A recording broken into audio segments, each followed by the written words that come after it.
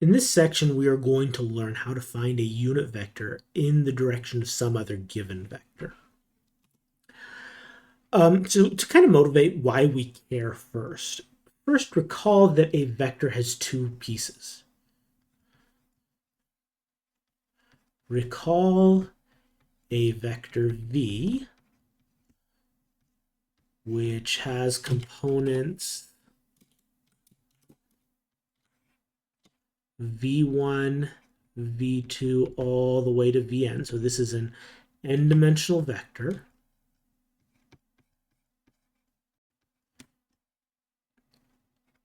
Is a quantity with direction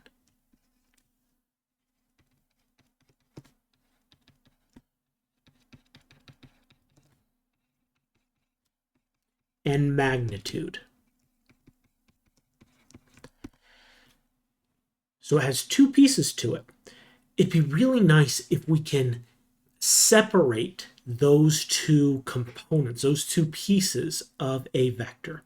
Now we've already know how to deal with one of these. We know how to find the magnitude of a vector.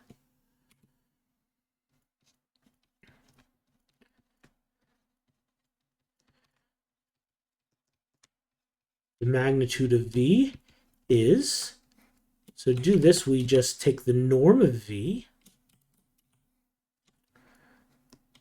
that double absolute value thing, and we take the square root of the sum of the squares of the components of vector v. So v1 squared plus v2 squared all the way to vn squared. That's the magnitude.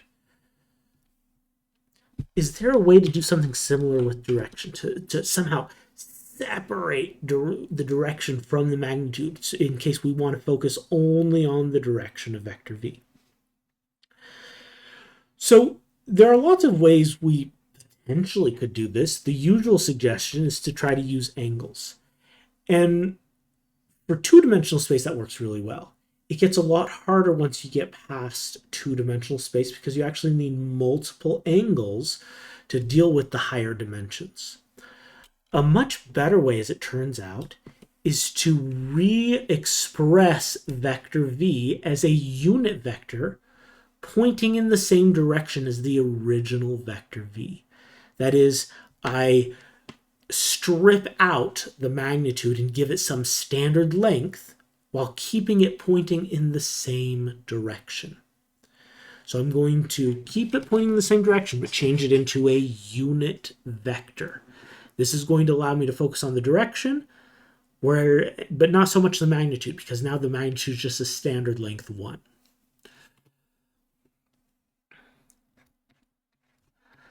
To focus on the direction of vector v,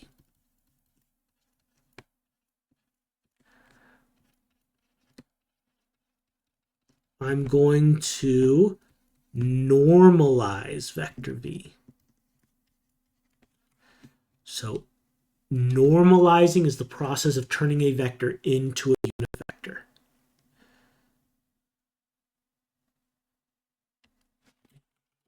I'm going to normalize v and find a unit vector u pointing in the same direction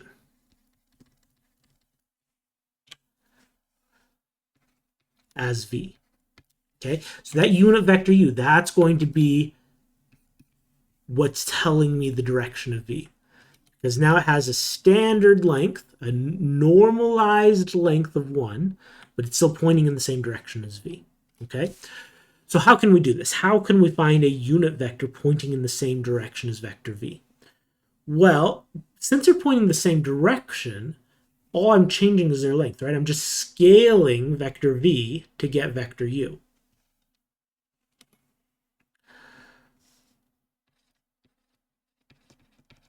So observe, u is just going to be some scaled multiple of vector v, right? I want the direction to stay the same. I just want to change the length. So I'm just going to scale it. Shrink it down, or if v is real short, make it longer to make it have length 1. Okay? So the trick is, what does k need to be to make this work? So I know that the norm of u, which now must also be the norm of my scalar multiple k times v, needs to be 1.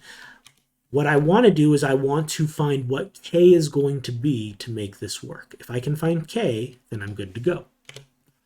Okay? Now, we know what k does, right? It just changes the length. It scales it.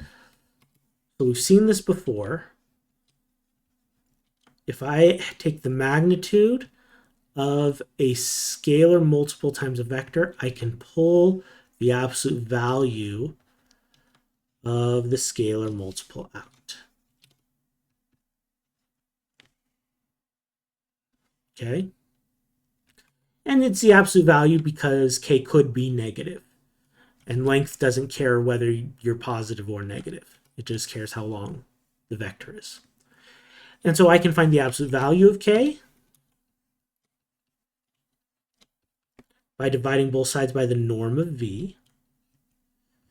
Now, remember, we can't divide by a vector. There's no such thing as vector division. I can't divide by this vector.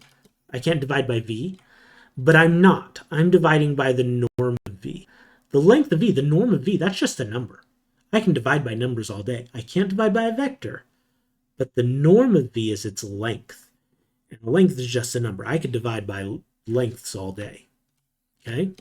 So the absolute value of k has to be 1 over the norm of v in order to turn u into a unit vector, a vector of length 1. So that's the absolute value of k. What about k itself? Well, we want to make sure vector u is pointing the same direction as vector v, which means k needs to be a positive number. If k is negative, remember that flips the direction of the vector. If k were negative, you would be pointing the exact opposite direction of as vector u. So I know k must be positive.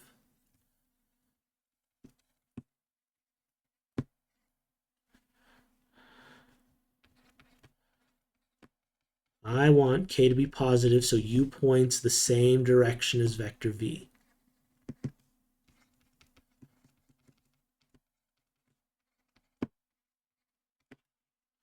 Not the opposite direction, which means I could drop the absolute value, because if I drop the absolute value, k is equal to 1 over the length of v. That's a positive number. And so I found k. And so I know how to normalize a vector. This is the magic scalar I need to multiply a vector by to normalize it, to turn it into a unit vector.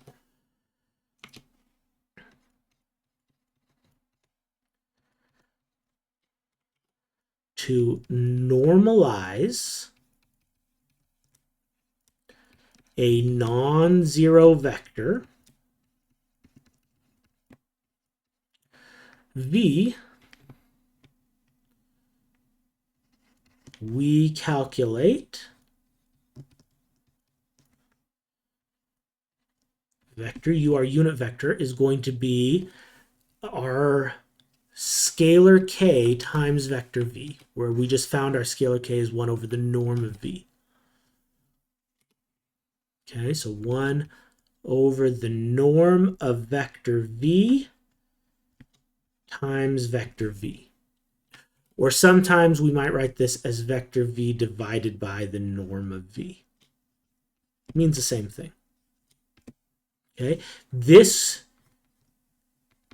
gives us a unit vector u pointing in the same direction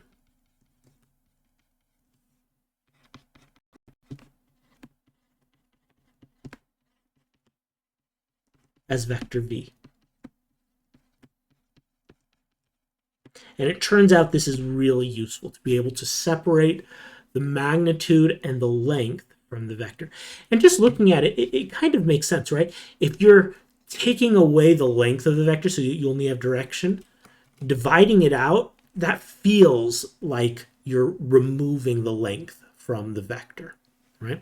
So this is going to give us a unit vector pointing in the direction of the original given vector v. It normalizes the vector so that the result is a unit vector pointing in the same direction as the original vector.